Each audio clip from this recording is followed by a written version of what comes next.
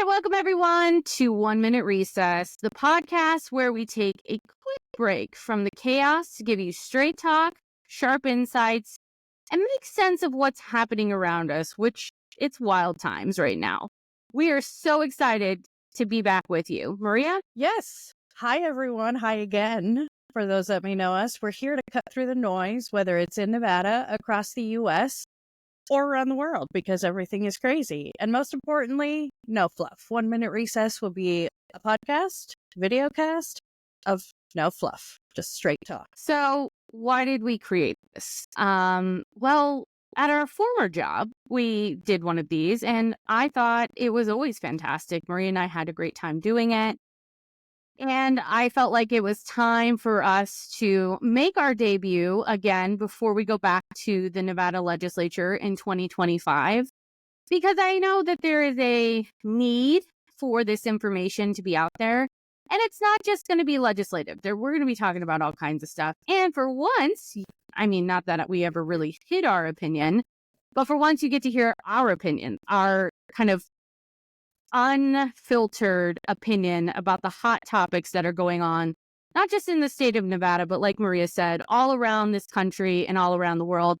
And obviously, with the Trump administration being in power now, it's even more important for us to be having these conversations and have a source of information for you that is not based in mis or disinformation, but is real information so you can make educated decisions. So, Maria, talk to us about what one minute recess means, because I know we've talked about this for a long time. We've brainstormed this name for a long time. We've always joked about it. So talk to the viewers about what this actually means. Yeah, totally. So 1 Minute Recess is not something from elementary school, even though it sounds like it, but and sometimes we felt like it when we were dealing with it. So 1 Minute Recess is something that and we'll probably link in whatever description in YouTube or etc. An example of it. But 1 Minute Recess is a process, procedure, step, crazy thing that happens during the legislature here in Nevada. And if you're from another state, let us know if this is something that happens in your state. But here in Nevada, when the legislature, and it happens in the Senate, in the Assembly, during hearings, you'll hear someone request, not just anyone, but a legislator here, request a 1 minute recess. And you think, oh my God, 1 minute, and then we'll be back to whatever we're doing. Because it usually happens when important things are happening and you want to get through those important things. But no, we have a 1 minute recess. That 1 minute recess is never 1 minute. It's always more. We've been through a 1 minute recess that goes into the next day. And so we end up having to wait at the building, the legislative building, and then we end up not hearing anything. And then, oh my God, we're having to come back hours later or go to wherever we're staying and come back whenever they actually decide to get back into the business of the people. So also 1 minute recess, and Annette, you are basically an expert, and you can tell us about what actually happens during 1 minute recessi, whatever. 1 minute recess isn't just where like they take a break. You do take a break because you're not in the proceedings anymore, but it's when the real work happens. It's usually why they take so long. So Annette, tell us it's what kind happens. of that behind the scenes time where, the chaos or the shenanigans take place, right? And you got to be ready in case something happens. And honestly, like you said, it's where the real work gets done. And that's kind of what we wanted this to be, is a behind the scenes where the real work is explained and where the real work gets done. And so we wanted to have kind of a play on words and make this fun and make this a good chat for political people and people who are not political people to understand the process and to understand why things are happening or why in the world somebody's making this decision, or frankly, just talk about issues that matter most to people in this country right now. Yeah. And, we did mention, I wanted to put in that we have our tagline for everyone. And so, like Annette said, it's for anyone. You don't have to understand this stuff. most of us don't understand this stuff. Sometimes a secret. And also, if you don't agree with us, keep watching and tell us why. And we'll have a section specifically for that where we might bring up anything. But this is really for everyone because, we all have opinions. We all have impacts because of what people in elected office, whether they're a Republican or a Democrat or something in between, do. And so we should all care. We should all come together and talk about it in a way that's easy to understand because that's what we love to do. We love to break things down for people, no matter if you agree with us or not. And we might bring on people who agree with us and who don't agree with us, and talk. So that's what this space is about. But before we go into discussing more, Annette, I want to it's been a while since people have seen us. Yeah. Who are Yeah. you? What do you do? Listen, I've been great. I, left my old job, took about 8 months off. Me and Nick, my husband, who you'll hear a lot about on this show, we traveled to Germany. I went to BravoCon with you and Miss Donna. That was so much fun. Well, it was just a great time to be alive. I took a lot of time off, and then I started my own business called AM Solutions. Very proud of it. I started it last February. So it's been almost a year to the day that we're launching this. And I think you and I had always dreamt of doing a podcast and, also doing it on an online format too. And so I wanted to make sure we were incorporating that into some of the work that I'm going to be doing at the legislature, which is why I look so beautiful today, is because I am packing my life up in my home in Las Vegas to drive 7.5 hours, 8 hours to the Nevada capital, which is Carson City, and live there for 4 months, February through June, and lobby on various issues. And I'm really proud of myself that I built this business. I did a bunch of work for candidates and issues that I care about and electoral work during this past year. And then my real goal was moving back up to Carson City and lobbying, and that's what I'm doing now. And so, bringing my background of working for Congresswoman Titus, working at Planned Parenthood, working at BBP, and now coming here full circle and doing this on our own and doing this on my own as my own business. It's really a full circle moment, and I'm really proud of that. But just so people know, Maria, you should do this too. Background. Born and raised in Las Vegas, got a degree in political science at UNLV, met my husband in Dina Titus's nuclear politics class, and I've grown up in Nevada politics. I've worked in Nevada politics now for 20 years. This will be my 10th legislative session, which is horrifying. And I've been doing this work for so long. Now I just want to talk about it and educate people and make it accessible to everyone. So that's what brings me to the podcast today. So Maria, talk about yourself, brag about yourself a little bit. Yeah, you know how much I love doing that. So also 20 years, that's like a full-sized human. So very. Yeah, I had a baby, but it doesn't cry. It doesn't cry. It just goes on a 1-minute recess. That's right. So, yeah, I love talking about myself, so this will not be awkward whatsoever. My name is Maria Teresa, or Maite for short, or you can be like Annette, who can't pronounce it, and call me Maria, but don't call me Marie. It's my rule about my buffet of names, is don't call me Marie, because I've literally actually had people call me Marie, even though there's no E. Was born in Mexico. I was born in Tijuana. The Simpsons call it happiest place on earth. They're totally right.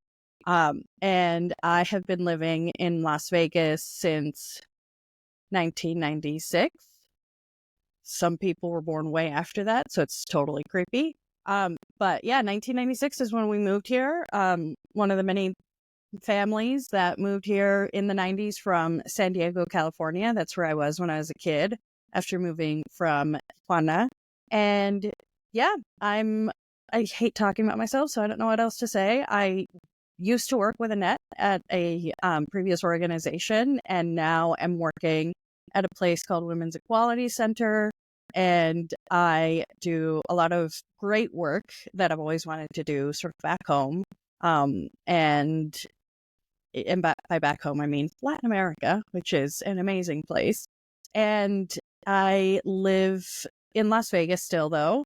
I know a lot of people that I've met that know that I've moved on are like, did you move to here or there? Because I travel a lot for work. Didn't move, still in Las Vegas, but I travel a lot for work, which is I'm very thankful for.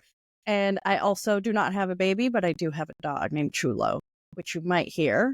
And I live here with my mom. Queen calls her Annette calls her the queen. I called you a queen. And so you might hear her, especially if she's reacting to some news or watching something, you might hear her voice because she is 100% Spanish and 100% opinion. Before we started filming, she was in here yelling about Donald Trump. So yeah, get ready, everyone. You never know what to expect here. Never know who's going to pop in, screaming, yelling, cussing. So it's good. Just going to be part of this. It's going to be part of the show. We're just going to roll with it. It's going to be great. We're excited. It's real life. So, Annette, we talked about why we're doing this, who the heck we are. Tell me our credentials. Our credentials. So, let's go into, we have a few segments. We might as well go into the very first one. But I don't know if you want me to talk about how we're going to talk about these things. The first thing we're going to talk about is, or our first podcast segment, because that's what we do now. So fancy. Ooh. Is the Recess Rundown. And it is, tell us, Annette, what is the heck is the Recess Rundown? Well, the Recess Rundown is going to be about the Nevada legislature. So, again, my blessing and my curse, the Nevada legislature, as we call it, the NVLEG, is coming up. Starts February 3rd. I guess I'm trying to repress it in my head. But for those of you who don't know, like I said earlier, it's 8 hours from Las Vegas. Many of us have to move up there to do our work in the Capitol. And so this first segment is for my friends, our friends like Steve Horner and Ruben Murillo, who want a breakdown of what's going on at the legislature. Yes, shout out to my friends who have requested this, special request from them. And the reason we're doing this is because we want to make the Nevada legislature more accessible. And let me just say, during a time like this, in Trump's America, I personally always love the Nevada legislature. It's like a sickness. And I bury myself in the NVLEG. I bury myself in that work up there because it's a time where our state gets to do things and potentially correct things or protect us from things that the federal government is doing. But in addition to that, it's also the time where we get to work on issues as a state. So in Nevada, our legislature is 120 days, calendar days, not weekdays, calendar days, and it's every other year. It's a bicameral legislature, so meaning... What? Yeah, so, Nevadans hate government and don't like our government meeting on a regular basis. And everybody says, oh, these politicians, they make so much money. They make way too much money. I was told the other day they've got it up to a grand total of $12,000 for a session, and they're paid for half of the session. So these legislators are citizen legislators. They go up there. They have real jobs. They have families. They live in our communities. And they go up there and meet for 120 days. Every other year on the odd numbered years. And so do all of us who are lobbyists. And so it becomes really hard for people to keep track of the legislature. It becomes really hard for people and sometimes inaccessible to people. And so when we were at our former shop, we, had something similar to this where we were explaining weekly what was going on at the legislature. And so while the legislature is meeting, we're going to do a section on this, and we are going to break down what's happening in the building since I am going to be there the entire time.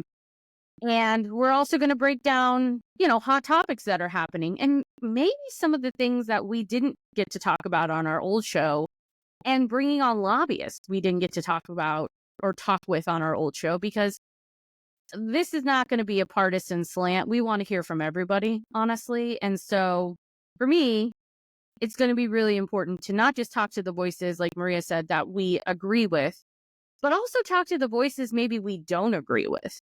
because I want to hear from them, their interpretation of what's happening in Nevada and break it down for people. And I don't want this just to be an echo chamber. I want it to be informative, and I want it to be a place where people can have access to good information. So that's going to be this segment. I'm super stoked about it because if anybody knows me, you know that the Nevada legislature is my jam and I love it. Like I said, blessing and a curse.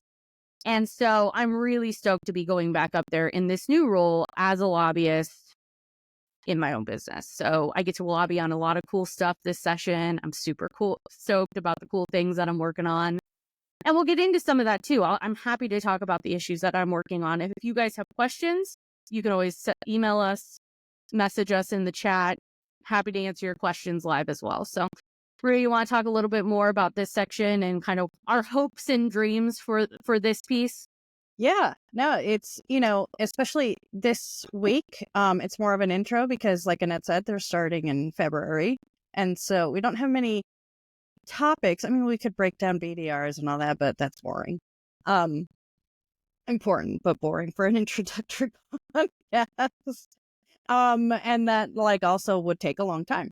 So yeah, this is basically the cheat sheet for regular people. And by regular people, we really do mean regular people. I mean, a lot of people don't even know all of the things that I just mentioned about how often the legislature meets, that they get paid pittance, literally, and the important work that they do.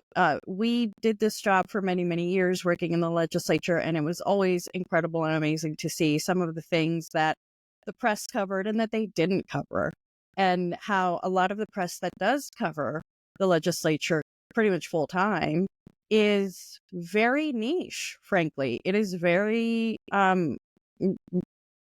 for the bubble of lobbyists and legislators and things like that. And regular people will see it. Hopefully regular people will listen to us. Please share this podcast because that's who we want as the audience. I mean, any of the other people want to watch, but it's important for regular people to know what the heck is going on around them. And so, yeah, that's what the recess rundown is. It's going to be legislative edition because that's what's going to be happening in February. But yeah, that's what we're going to be talking about here. And that, I know that, we just talked a little bit about what the heck this is going to be in this section, but what are you looking, before we move into the next section, what are you looking forward to for this session? Give us your crystal ball. Yeah, I'm glad that you asked me that. I do think this is going to be unique, this session is, and just a little bit of a preview of it. The things that I'm paying attention to is that we did just come out of a very, very competitive presidential election. And in Carson City, yes, Donald Trump won at the top of the ticket in Nevada. But Nevada is a purple state, and it will always be a purple state. For any of those listening who disagree, I'd like you to go look at the numbers, because despite what Donald Trump said here in Vegas the other day, he did not win by a landslide. 3% is not a landslide. And it's very Nevada because, sure, he won at the top of the ticket, but we had Jackie Rosen, who won right below him. And then we had our congressional delegation, who is majority Democrat, win. And then we had the state legislature, that the state Senate is still a supermajority now. It is a supermajority now. And the state assembly is one seat shy of a supermajority. And then you have a Republican governor, right? So we are a purple state. We will always be a purple state. National funders, people who are listening with ties to national organizations, you should never take Nevada for granted for this reason. But what does that mean for the legislature? Well, you've got a divided government. You've got Democrats who control the state legislature, and you've got a Republican former police officer governor who wants to run for re-election in 2026. So he's going to have something to prove. He's going to have a chip on his shoulder, and he is going to, I think, butt heads with the legislature even more than he did in 2023 because, number one, he understands the process better, but number two, he's got something to prove as he goes onto the ballot in 2026. Not to mention, you've got people in the legislature who are looking to run for higher office. So you've got Senate Majority Leader Nicole Cannizzaro, who is looking to run for Attorney General. You've got the Treasurer of Nevada, Zach Honine, who has talked about running for Attorney General. Baby And then you've got bonds. our current Attorney General, Aaron Ford, who is looking to run for governor against Joe Lombardo, who is our governor. So you've got all those dynamics kind of happening, right? And then you got to go up there and make good policy. And that's going to be really important and challenging, especially in a political climate now under Donald Trump and his presidency. And so I think you're going to see a lot of similar themes kind of pop up during session from the Republican Party that you're seeing at the federal level. I don't think any of those things are going to get hearings. And then you're going to see a lot of proactive bills from the Democrats, and we're going to have to see if those things get vetoed like they did last session. So for people like me who are now lobbying on other issues other than what I used to work on, we're just kind of hoping to sneak through, right? And fly under the radar and make sure our issues are done in a bipartisan way and we get through the session unscathed. But I do think a lot of conversation around education is going to come up this session. I think there's going to be a ton of conversation around vouchers. You're already seeing that at the federal level. I think you're going to see that here in Nevada again, because you know that the governor is a pro-voucher governor, meaning privatization of our public schools. And I've often said that's one of the things I will literally burn the building down over, because that is such a dangerous concept. I don't even have kids. It's a dangerous concept to start limiting public education and privatizing public education. So those are the kinds of things that I'm going to be watching in the context of, does this blow up session and does it make it harder for bills to move through because they're getting hung up in what we call the end game? So the very end of the legislature, when they're trying to close budgets, when they're trying to get out of session in 120 days, are we going to have a film tax credit? Maybe. Are we going to have vouchers? Hope not. Are we going to have more funding going into education for public schools? Hope so. So those are the types of things we'll be watching through session. And you know, what's nice about it is, Maria, I don't have to be the tip of the spear anymore. I can come on here. I can talk about my personal opinions about things, but I don't have to go into the room and yell at anybody anymore. It's kind of nice. Kind of awesome. Yeah. No, I think that was a pretty good 101. I'm sure things will pop up. Also, because we promise this is for everyone, no fluff, no jargon. If you hear any jargon, you're like, what is that? Like vouchers, for example, which Annette explained. But if for some reason we miss it and you're like, I have no idea what it is, or y'all didn't explain it well enough, let us know and we'll actually put it in the next episode and we'll make sure we actually make things simple for everyone. Because yeah, I think that's really important, Maria. There are no dumb questions here. We want this to be fun. We want it to be accurate. And if we don't know something, we'll find somebody who does. We're going to have amazing guests. Our next guest is going to be amazing. And so I'm really looking forward to it. And we are going to have some smart people on this show. So if you've got questions, we've got answers, and we want to make this fun and accessible and full of like good information so that you can take it home and you don't have to do bill tracking. I'll do that for you. You don't have to follow the news, you know, that's happening in South America. We're just doing that for you. So we're really excited to do this, and we want you to ask us questions. We want to make this accessible, and we want to make sure that you understand what we're talking about sometimes. Yeah. And we also want to let people know that you can slide into our DMs to ask those questions. We have all of the social media networks, and that is in the, wherever the things are for, I haven't been on social media in a while. I actually tried to log off it's today. all changing. Yeah. The hellscape. Follow. I don't know. We're learning as we go, friends. Go to where we live digitally as 1 Minute Recess, and whatever your favorite is, whether it's Blue Sky or the Zuckerberg apps or whatever, or our email will be there too. And you want to, like Annette said, ask a question. There's no dumb question. Or if you think our take on something is wrong and you disagree with us, we actually want to hear from you. Like we mentioned earlier, say, hey, I actually think that's terrible, and here's my opinion. And we will talk about it in a section that we're going to have especially for that. And if you have a hot take that we didn't bring up and you think is important, or you have a hot take that we didn't bring up and you think it's important, or an issue that's important, we have a request box and a comment section. And we will talk about it and bring it up and everything. But I think I think the only things off limits are don't be a racist, don't be, homophobic, transphobic. We ain't gonna deal with that shit. Yeah. And don't be hateful. Like, I'm not here for that, and this podcast isn't for that. If you have that in your heart, you can take that somewhere else, because we ain't dealing with that. But past that, we're good. Yeah, literally, just So don't those be are our a ground terrible rules. person. You can disagree with us, but don't, be doing the stupid salute. And if you want to argue about whether or not there was a salute, please let us know. Just don't. I will fight you for it, because anyway, look at my last name. Just don't. So now that you covered the legislature, and it's going to be a big topic. Here it comes.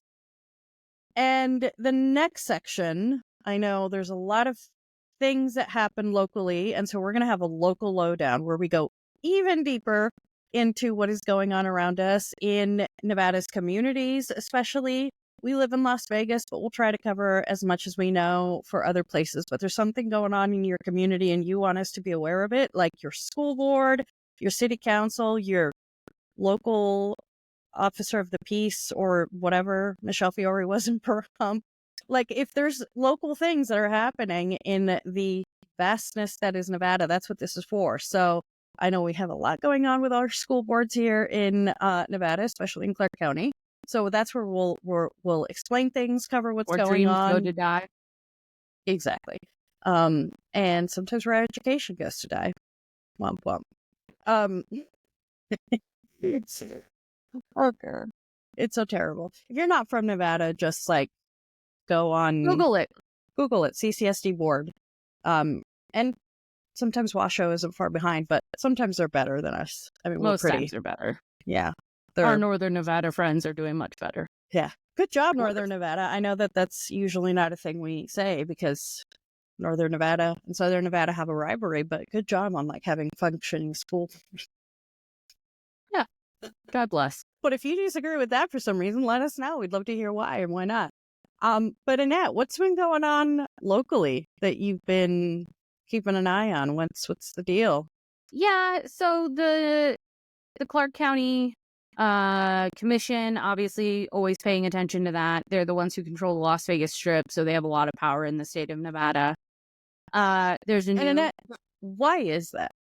Well, that's because the city of Las Vegas is very small, actually. And people like me live in unincorporated Clark County, which a lot of people in Las Vegas actually live in unincorporated Clark County, which means I don't have any city representatives. I only have a county representative. So that's my lowest level of government. We're weird in Nevada. We do things our own way. So I watch the Clark County Commission a lot. I have a lot of really great friends on the board, so I do watch that. But we do have a new county commissioner who just won her election, April Becker, Commissioner Becker, which is out in the Centennial Hills area. And she's the first Republican we've had on the county commission in quite some time. So it's going to be interesting to see how she interacts with her colleagues, who are all Democrats. The rest of them are all Democrats. So that's going to be very interesting to watch. We have a new mayor for the city of Las Vegas, my friend and mentor, Shelley Berkeley. She just won her election, and so we're watching that very closely to see if there's a shift in the city government, because we know there were some issues under Carolyn Goodman, who was the mayor for a while. And then we also have some new city council members, so that's exciting to watch. So city, county, obviously, we're also watching always the Reno City Council. I know there's some stuff going on up there. And then occasionally stuff happens in the rural communities. So like Maria said, if stuff pops up out there, we want to hear about it. But I think the school boards are often where I watch the most because I feel like sometimes it's like watching Bravo. It's a little bit like the Real Housewives of the Clark County School District It's a sometimes. reunion show. Oh, God.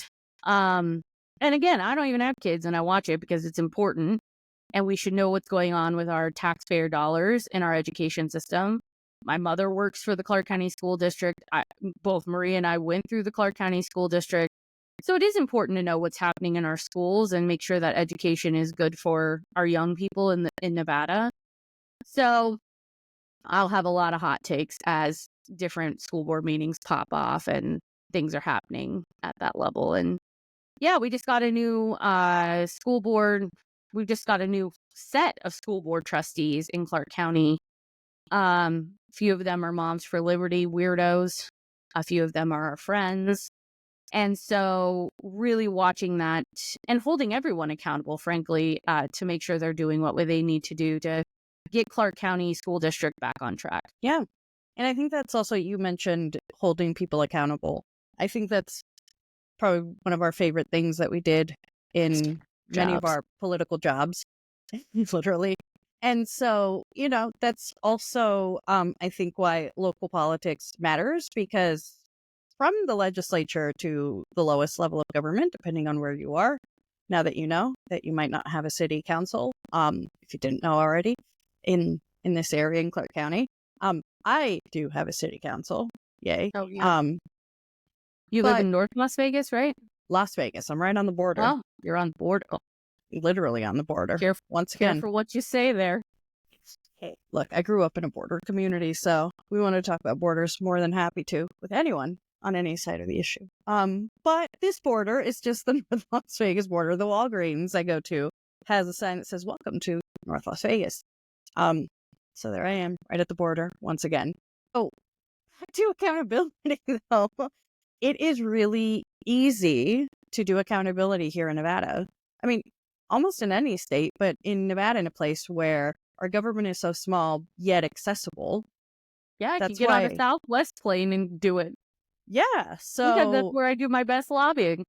Yeah, so literally knowing what's going on in your community is important, because you never know when you're going to have your city council person or your state representative on a Southwest plane or your local Albertsons, and you can say, what the heck are you doing with this? On either side of the, like you said, we're a purple state, so they might be a Republican, you might be a Democrat, you might be a Republican, they might be a Democrat, but hold them accountable. They actually will hear from you because it's that small here in Nevada. All right, our next section. I'm very excited about this one. WTF is happening in the world. And there's a lot to talk about on this one. This probably will take up the majority of our time in the next few weeks. Maria, WTF is happening in the world. Explain this section. Literally, it's WTF. I mean, don't you just feel like when you, no matter what side of, whether you pay attention to politics or not, whether you have your news or not, you just feel a sense of WTF is happening in the world, just generally. That's literally what this is. And it can be about politics. It can be about general news that's happening. Like if, God forbid, something blows up. Why? What the heck? And also, if there's something interesting happening, entertainment, sports, this is literally the world. What the heck is going on and why? It's really where you can come to vent about what the heck is happening in the world. But there's a lot going on just in the world generally. So not just the serious stuff, but we'll definitely cover the serious stuff that will probably take most of the time. But if there's something not so serious that is important or interesting or WTF, well, anything that makes you go, wait, what? WTF is happening? Why am I living in the dumbest of times? That's what this section is for. It can always be the dumbest of times section. Maria, what about our eggs? What about our price of eggs? Interestingly enough, I saw someone on X saying that they're starting a side hustle, and it's just taking the eggs that they buy and they're wrapping them in little baggies. And they're thinking of just selling them. Side hustle of egg dealer. That's amazing. Fun fact. In my new work, in my new world, That's actually what I've been working on the past few weeks. So we're gonna have a fix in Nevada on some egg stuff here coming up. Oh, So I I'll have thought more you to were going to announce you're I'll an have egg more to dealer report now. on that because unlike Donald Trump, we are actually fixing it in the state of Nevada. I thought you were going to be an egg dealer. No, Disappointed. I'm not hip enough to do that. I don't even like eggs enough to do that, but we're fixing it in Nevada. So You there don't you like go. eggs? Fine. Eggs are fine. Fine. They're fine. Is it like the texture? Oh yeah, you're a texture person. Yeah. What are the types of eggs you don't want to eat? Runny ones. Like the egg Squishy yolk runny? ones. Yeah, I don't like wet eggs. So omelet. Actually, well, it's got to be like firm. Like a firm, Anyways. even the omelet has to be firm. This is The omelet fascinating. definitely has to be firm. It cannot be wet. See, this is a WTF moment too. So if you firmly disagree with Annette or like WTF, poached eggs Y'all are are going to learn the a shit. lot about me on this now because I have a lot of weirdness. It's fine. Whatever. I can learn about Maria's weirdness too. Yeah. The other things. What other things?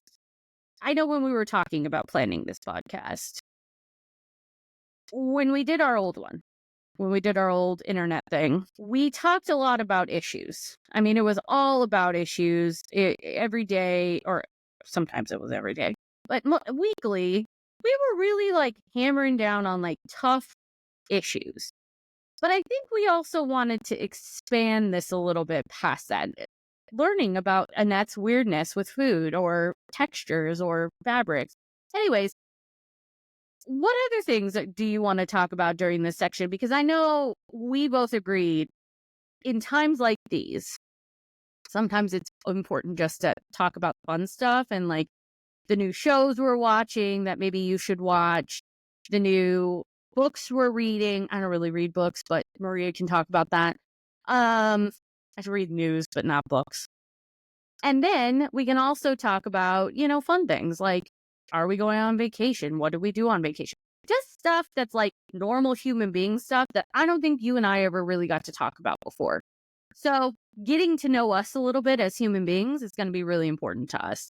So Maria, what do we want to talk about? What are our passions? Yeah, our passions. This is so weird because we've I know. really It's a whole new world, whole new frontier for us. Frontier. Wow, we've scored around frontier in one episode. We are passionate about, you're Italian and I'm Latin. We're both Latin, but I'm born in Mexico, Spanish, and so we're very passionate about the things we're passionately for and against. Maybe one day we should have an egg debate. And no, just kidding. So what are we passionate about? We are passionate about the things we watch. Annette is very passionate about the things she definitely hates. She's very passionate about that, so we're going to be talking about that. And we are passionate also about when crazy things happen in certain, what we call ratchet piece theater shows. Look, I even have it on right now. Bravo. So if you are very passionate about Bravo yourself, we'll definitely have. Came to the right place. You came to the right place, so let us know. What's your favorite Bravo show? Maybe this will encourage Maria to finally catch up on Real Housewives. She's also very passionate about telling me to catch up. But you know what we could do? We could react. I could react for the first time and we could play them. I'm ready for it. I'm all caught up. I watch so much on the Bravo universe now because it's my escape from reality. So yeah. I'm ready. Hit me. Yeah. Can't wait. So, Annette, so let's just, we have a lot that we care about. So before I go into my stuff, what are you into right now that's not about politics and not about the news? What are you into? Obviously, always my dog. Squiggy is my life, and I'm very sad about having to leave him for the session. My tortoise is waking up. I can't wait for them to wake up in the spring. We have 2. They're my children. Let's see, what else am I into right now? I really am into van life videos online. I like them a lot. Maybe one day I'll live in a van. I don't know, but I just am fascinated by people who can live in small spaces. Amazing. Always Disney stuff. I love Disney a lot. I watch a lot on Instagram about Disney stuff. It's great. I think it's awesome. Love going to Disneyland. I always love traveling. Nick and I just came back from Bora Bora for my 40th birthday. That was excellent. We're planning our next trip, by the way, to Iceland. Ooh. And Greenland before, Trump takes it over. I'd like to go see it in its true state. And then, what else? I don't know. We're watching The Traitors right now. I'm really into that. That's been a new thing that we've been watching on TV. Love cult documentaries. Those are always fun. Speaking of- learning. Oh, we'd watched this great documentary. I think I told you to watch it. The Turning Point one. Yes, and I started it. Days and days and days long. So good, friends. Watch it. It is a tough one. Yes. And that's a great segue into, I've been into Turning Point, but it is so spooky that I have to break it up in chunks, and I'm still processing. You didn't binge watch it in one day like Nick and I did? No, so it's so horrifying. So I'm literally just processing the first 2 episodes still. But y'all should watch it. Yeah, definitely. Also, one, other than getting this podcast up and running, so I'm totally into Audacity now, at least for the first few days, but things that are not about, what we do. I actually have the thing. I actually took this to the nail shop today. I don't have the cover right now, but I hope you can read it. If not, I can't read it, but way. that doesn't mean anything. What does it say? CCSD education. Just kidding. It's Onyx Storm. Oh. If I had the cover, people. It's part of the series from Rebecca Yarros, which is the Empyrean series. It's Dragon. It's like if Game of Thrones met Harry Potter, had a child, and there's like people combine other things like maybe Lord of the Rings and stuff, but definitely if Game of Thrones and Harry Potter met and had a child. Yeah, it has lots of dragons, it has lots of fire. Maybe I'd read that. Yeah, you just need to learn how to read. But literally, like, there's a lot of fire and colors of fire and stuff. It's super cool. This is the 3rd book. The 2nd book on it, and you'd love this cover. It said, "Burn it down." Yeah, awesome. And I was like, oh my god, it was called Iron Flames, and it was amazing. But yeah, I took the cover off because I sometimes it's better without the cover to read because I have ADHD and I move around a lot. I have ADHD also, so my interests depend on the day or the minute. But I talk about the book. I love that book right now. It is consuming me. And I also love, we talked about Bravo. I love Bravo, but I am the sinner that doesn't watch right away because I need to catch up. Oops. But I also love like those cult documentaries that Annette mentioned. For a while, we were watching Leah Remini's Scientology documentary. Chef's kiss. Which reminds me, R.I.P. Mike Rinder. Like, he died a few days ago, and that's a WTF for me. What are we going to do without Mike Rinder? Who's going to find Shelley? 100%. All of that stuff. Let's also talk about our love for alien documentaries and the recent one that you turned me on to. Yes, Investigation Alien from the Napster. Yes, George Knapp, local legend for those of you who don't know. Channel George 8, Knapp. fabulous man. It was so good. So good. That one I definitely binged after I took it back up. Hey, look, Chuck Schumer says he wants Donald Trump to open up all the alien files. I'm into it. Listen, if that's the one thing we get out of this presidency, I'm here for it. Ready to go. Look, open up the aliens. Look, I read somewhere that a lot of the files he declassified were technically declassified or at least out in some way or another already. UFOs, though. I mean, Harry Reid, to be fair, God rest his soul, Harry Reid started it. Yeah. But we could finish it here. Yeah. And you know what? Wanting to know if life is out there, bipartisan issue. Absolutely. Apathetic issue. Everybody 100%. wants to know, is there life out there? And look, I will still... Who are we to be egomaniacs to not think that there's more life out there? And if you watch Investigation Alien, there's theories about who those people are, which was a trip.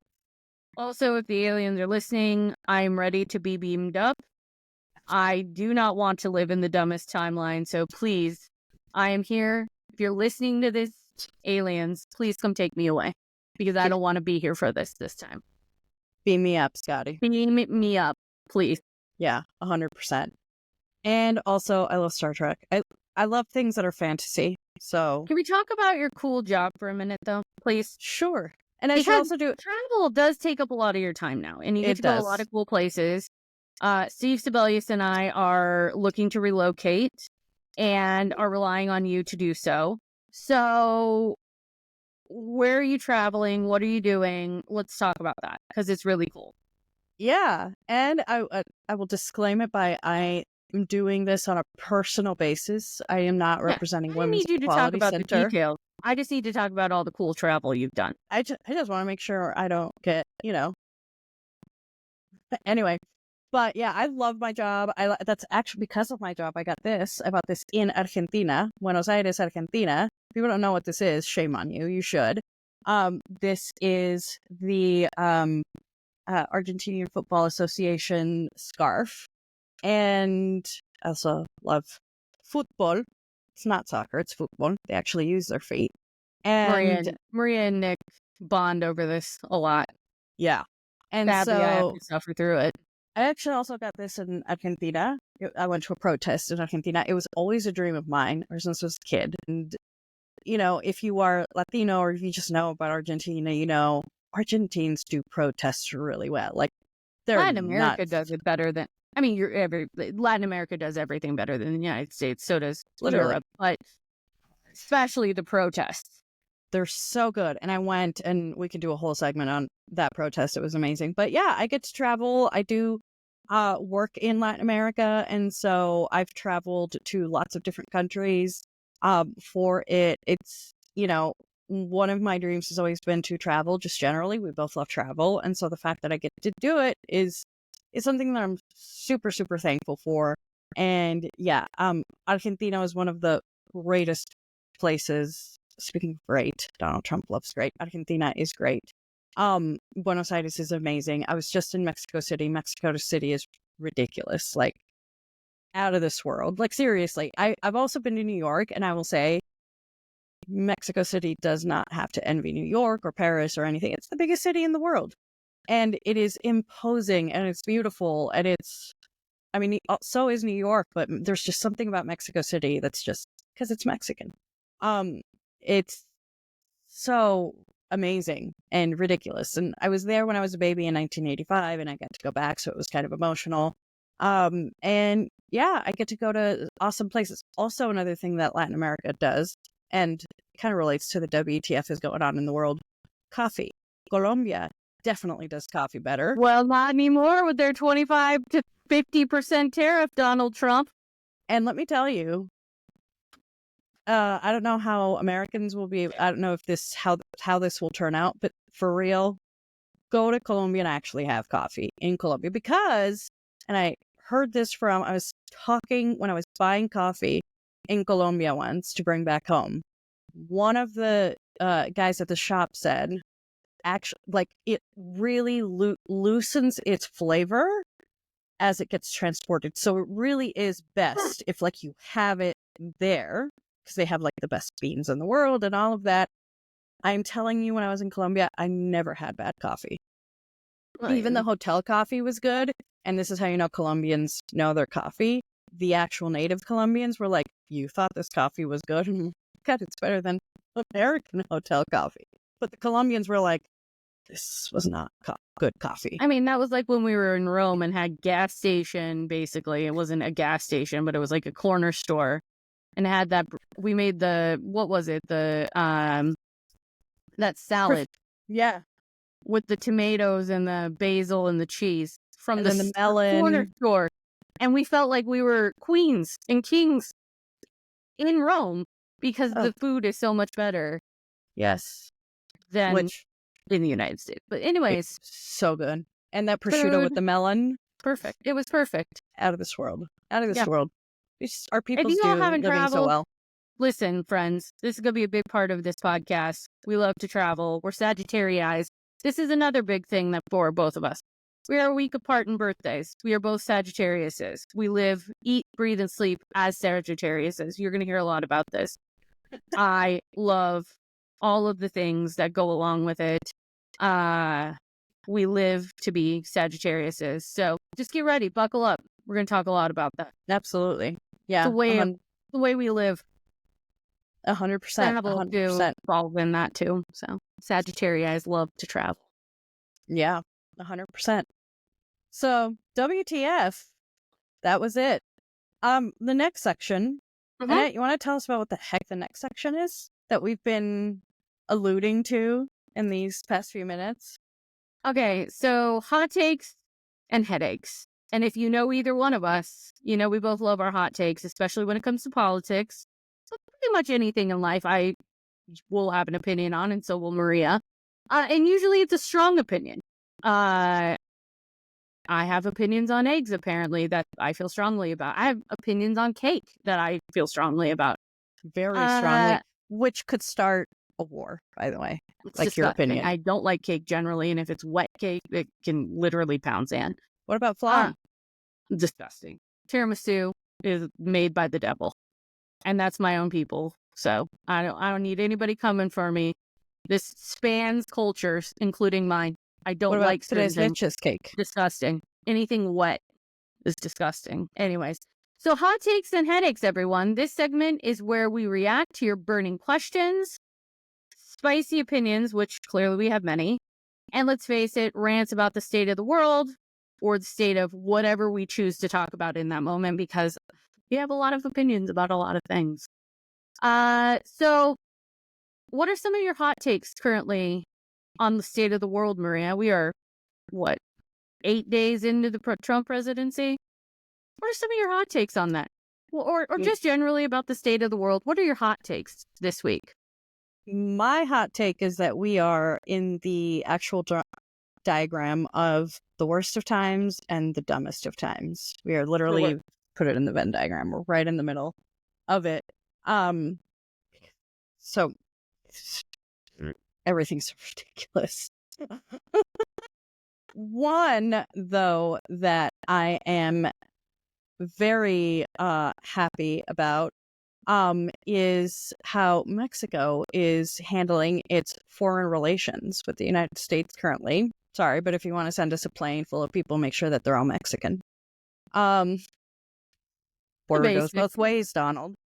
Or maybe tell us, because, international airspace is still international airspace, even if you come from the United States, and there's still a sovereign country. So there's that. Yep, exactly. Donald and staff over at the White House, borders goes both ways. Okay. And Claudia said no in Spanish. And so that's my hot take. If you want to talk about it, happy to talk about it. Whoever's listening. But yeah, that's my biggest hot take. Also that, the world is, I could totally go on about this, but the world is totally polarized and ridiculous. And people that say that they're not polarized, and that, it usually happens on all extremes, but we're going to extremes, but definitely a lot of Trumpers that are hardcore Trumpers are I'm like, I'm not biased, but then they go to be biased. And then they judge people who are biased. So you just see that all over the world, not just in the U.S., but in the U.S. it's going to be heightened thanks to the current president. And so it's going to be the dumbest of times and the darkest of times, which might end up, if we survive it, being the funniest of times. So yeah, that's just a general. As we go along, we'll probably have a lot more specific hot takes, but oh boy. I got one. What's that? We have officially entered the FAFO of times, so the fuck around to find out of times. I really just wish people would have Googled before they went and voted. I think it would have solved some basic questions for them. And we live in a time where there's the most information available to you on Earth ever in the history of this Earth. Yet we still can't Google what a tariff is, or the fact that Project 2025 is a real frickin' thing, or that, maybe we believe people when they tell us what they're going to do. And listen, I am not sitting here saying that I am not one of the strongest critics of the Biden administration and Democrats in general. You will often hear me talk shit about them. Because I am very liberal when it comes to certain things, and I will hold my own side accountable. Most people who know me and know Maria know sometimes we are their harshest critics when it comes to Their our own headache, if work. you will. So yeah, we're their headaches, 100%. So I don't want any pushback on this nonsense of like, well, you just love Democrats and you love no. That Google our history. That is not us. But what I will say is electing a fascist is also something where I can sit back and say, I told you so. Because yes, would Kamala Harris have had her own issues? 100%. And we would have been there to hold her accountable every step of the way. But Kamala Harris is not literally rounding up people who do or do not have documentation, right? Without warrants. Innocent human beings who deserve rights and to be treated like human beings, right? I find Trump and his now entire administration just so inhumane at just the very basic levels. And so I think we're going to have a lot of people who we know, right? Who work with us, work for us, work amongst us, maybe live near us, who are going to be like, I just didn't realize he was such a racist. I just didn't realize he was such a transphobic piece of shit. I just didn't realize he was going to come for my family members. And to them, I say, you fucked around and now you're finding out. And now the rest of us have to pay the price for it. And if you're a woman, especially a white woman, you should be ashamed of yourself because you are setting all of us up to fail. So that's my hot take today, and I have strong opinions about this, and you're going to keep hearing about it because every time he does something stupid, I'm going to say I told you so. That's right. And speaking of hot takes and holding our side accountable, one of the things that I'm mad about of the previous administration, which sucks to say all around because whatever, is we should have done and this is probably something we could agree on. We should have done a lot more for Ukraine. Like we should have just sooner.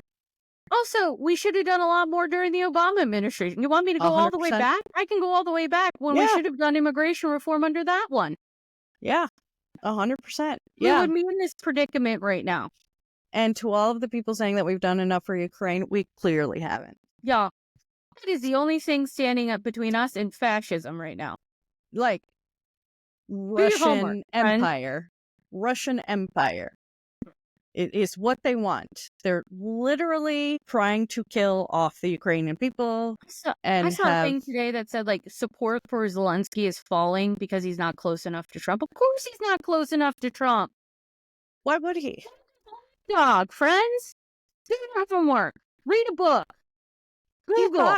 He's bought and paid for by the Kremlin. Why would... Let me just say, for all those friends listening out there who somehow think Russia's our friend, no, Russia is not our friend, friends. No. Ronald Reagan would be pissed at you if you said that. Especially... It's horrible. So, and he was horrible. But if you're in his grave. That's how bipartisan of a thing it is. That country is not our friend. If you watch the Turning Point documentary, again, which I highly recommend, it's intense, but you should watch it because it really leads up to this whole conflict that we're in now because of Russia. If you watch it, you really understand that this has been brewing and brewing and brewing. The Cold War really never ended, let's just be honest. And then when Putin took over, it got worse. But what really chaps my ass about this whole thing is this revisionist history of somehow Russia's not that bad, or Russia's not vile, or Russia hasn't done horrible things around the continent. I mean, the United States has done that too, so let me be very clear. But what my problem is that they want destruction of democracy. That's what this is all about. And truly, Ukraine is what's standing between Russia doing this to the rest of Europe. And I think European nations understand that, but clearly the United States hasn't read a history book lately because, again, here we are. Yeah. And one thing, this is, especially when you get to talk about the international theater, if you took an international relations course, it's piece of jargon for you just explained. You hear a lot about how, like, and you really study the history of like different countries and things like that. Majority of every country on earth has done something fucked up in its history. Like, just it is. Why? Because governments are run by human beings and human beings are fallible. That's just how it goes. However, and by the way, when we say Russia, we mean the government of Russia and the people in power of Russia. If you do a Google search, there have been people like Navalny, and people can argue about Navalny, but If you regular don't know Russians, Navalny, Google him. Google him. There's a book out also about him. And regular everyday Russians have gone to the streets when they could. The problem with Russia is it's not like the US. I mean, we might end up being like Russia, but it's not like the US has been until now, or so far. You watch a protest video in Russia, people actually get rounded up and put into bands. And it's not like one of those things where it's like just a few people, it's like all of them that get rounded up and they get sent to gulags, etc. Like, it is hard. It is illegal, literally, to go against your government in Russia. And it has been, I mean, since the time of the czars, right? And so, like, one of the things that people forget or don't know is not too long ago, not too many generations ago, Russia literally put Ukraine through a famine that killed millions and millions of people. It was its own Holocaust. Literally its own Holocaust. And took its grain and sold it for itself. This is back when it was the Soviet Union and they were communist, and people were wondering, how is Stalin paying for all this? Because he was stealing from grain from the Ukrainians. And literally people resorted to eating each other to survive. So the fact that people think Russia is a friend to Ukraine and to anyone else, when they don't acknowledge that they did that. The other thing that chaps my ass about the whole thing is, first of all, who are we to tell another country that they have to sit down and shut up and get invaded? Let another country invade them? Again, sovereign lands, right? Yeah. And so for me, if the Ukrainians don't want to be Russian, guess what? We should respect that. And as a NATO organization, also, people forget this part too, when we forced Ukraine to get rid of all of their weapons of mass destruction. Yep, and that was us. That was our yep. We vowed to take care of them and their security and make sure they remained a sovereign state. Yep. So we have a responsibility, Donald Trump, to make sure that Ukrainians are safe. So cutting off all foreign aid, which is its own problem altogether, cutting off all foreign aid to everywhere, including Ukraine, is a huge problem. And I go back to, when did Republicans who went on witch hunts for communists, McCarthyism was a real thing led by the Republicans, when did the Republicans become Russian sympathizers? Like, how did we get to being a Putin sympathizer? I could go on about this for days because it pisses me off every single day. Literally, it's, how are you now beholden to the Kremlin? Marjorie Taylor Greene, Elon Musk, and if you think he's not, please Google it.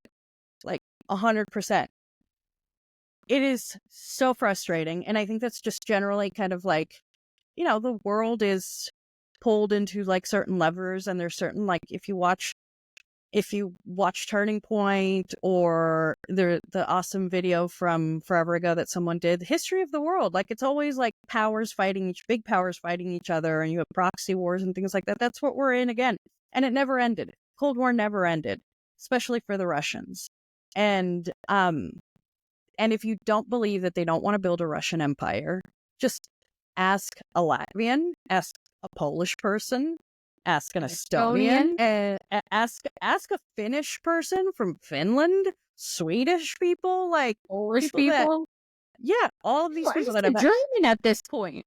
Literally ask a Literally German. Ground zero for the Cold War was Germany after World War II, friends. Like, ask a German. Yeah. So Okay, so we have a lot Russia. to talk about. I have Yeah. another bone to pick that I want your opinion on. Oh. 'Cause I'm really pissed off at Target this week. The DEI programs and kowtowing and bending the knee to Donald Hmm. Trump and his dumbass administration. Hmm. Talk to me about that. Because DEI, people think, oh, well, we're just talking about affirmative action and making sure that people of color and women and black folks and brown folks can get jobs. It's so much more complex than that. People don't understand that. I mean, it's people with disabilities, people who, live with autism, people who might be over the age of 40, white people, white men in particular. Ageism. Ageism, right? DEI is so many more things than just race, which obviously is incredibly important, or gender, which is incredibly important, especially for our transgender community. But talk to me about why this is so ridiculous especially for stores like Target, who have touted this for so long to now go backward on this. I think I have lots of opinions about that. My very first one is corporations and the people that are in charge of them rarely will stick to their guns and actually do things. Why? Because corporations, at the end of the day, their main goal is profit, especially profit for their shareholders. So corporations are going to do what corporations are going to do. I guarantee you, if Kamala would have won, they wouldn't have taken DI. Absolutely not, because it would still be a perfectly normal thing, which it is, by the way. But it would be perfectly fine. And I'm proud of places like Costco for standing up for it, right? Because it is important in a workplace to have that. Yeah. And it's, I think, by and large, corporation, like most of the time, and this doesn't mean it's a good thing. Corporations will do what is safe for them in the environment that they are finding themselves in. Like corporations are responsive.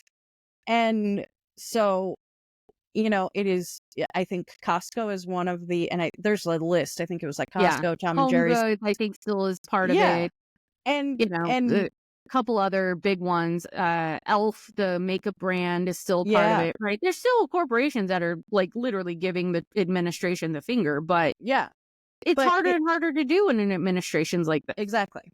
Yeah. And I say that because I think that, one, when we are in times like this, you have to be realistic and not count on, like, we should push corporations, but we shouldn't be surprised when these things happen because that's the environment that fascists We're all living in it. Yeah. Yeah. And so what should you do? You should, if for you this is a line in the sand and you really care, vote with your dollar. We live in capitalism. This is a point for capitalism that you are a consumer and you can go spend your money. And I know I'm going to be buying lots of Elf now. Elf cosmetics. There is a guy that's like, I'm going to go buy Costco hot dogs without being a member. But like that's what we were apparently on the same social media threads. Yeah. And so, that's what it like, whether it's DEI, whether it's, other actions or things, whether it's the social media nonsense going on. Like, I mean, even unionizing. We've been talking about this for years with frickin' Walmart and Amazon and, various other ones. If they're not union and they're anti-worker, vote with your dollar. Absolutely. Don't stay at Virgin Hotels if you're coming to Vegas. Well, they've come back. We're good on that now. The strike is ended. We're good. Like when you do see a strike and when you do see a thing, don't cross it. Yeah, exactly. And, so I think that's where I was reading various pieces on like historical pieces on like how people during World War II reacted, because I think we should learn from regular people and how they lived in. And history a lot of it repeats itself. It's amazing. Yeah. And it's like a lot of people developed their own individual sort of line, like a private line and a public line, and they lived by it. And so that's what you should do. And also, by the way, speaking of inclusion, it's not just about like, what Trumpers and Trump thinks it is. I think the disability part and the ageism part too is very important, because those are things that are you don't see them like right away, but it is a big bias for a lot of people. Ageism, one way or another. But also, like a lot of, especially in the technological age, a lot of those programs were like, how do you help people that weren't born with a phone on their hands operate in a digital workplace and don't have them be discriminated against? So like if you're an old white person, old brown person, just an old person generally, you should be equitably treated if all of a sudden your job is being digitized or you have digital tools and you don't know how to use them. DEI includes that. DEI includes how to train those people. And as a person with ADHD, being in a workplace where any kind of neurodivergence exists, being able to openly, kind of have tools that help me help my employer too, because, unless they have it or unless they've dealt with it, they don't know how to deal with someone with ADHD. How could? So that's what these programs are for. They're for all of the things to help all of the people, literally all of the people. Even if you think, well, I am a straight white man who has no problems and I'm neither old nor young and I'm never discriminated, and so it's not for me. There's probably something about you and DI. It's literally, how can we work together? Well, and I think that brings up the point here, right? I love it when the right throws out these terms. The first time, well, CRT, they first of all, they got to keep it real simple, right? Critical race theory is what that means. And those are lessons taught at the college level, about things that are important for human adults to know about and process and, check yourself. This is the same thing. This is making sure we're not discriminating against people. And we're being more inclusive going forward. And we're including, at Target in particular, they were including Black artisans and Black, merchants and things like that. That stuff is incredibly important.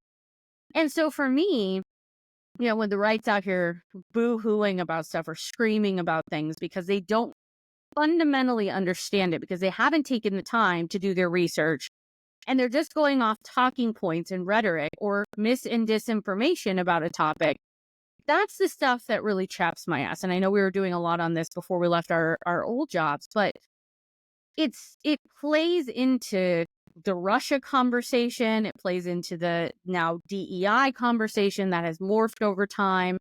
It plays into everything we do. And I think that's the importance of this podcast too, and podcasts like it. Really breaking down information, not based on, fiction, but really answering people's questions and helping people understand what these things actually mean. Because a lot of times it's not as scary as the right makes it sound when you actually learn and educate yourself about how these things work. I mean, you see it in your work all the time. What do you think? Yeah. No, I absolutely agree. It is not that scary. It is not that complicated. It is not that sinister either. And so if you are an adult who literally just falls for this stuff, I mean, just go to the Google and try to read something that's not a news article. And I don't just say Fox News article. Now I say all news articles, because now read it's like various articles across the political spectrum and form your own educated opinion.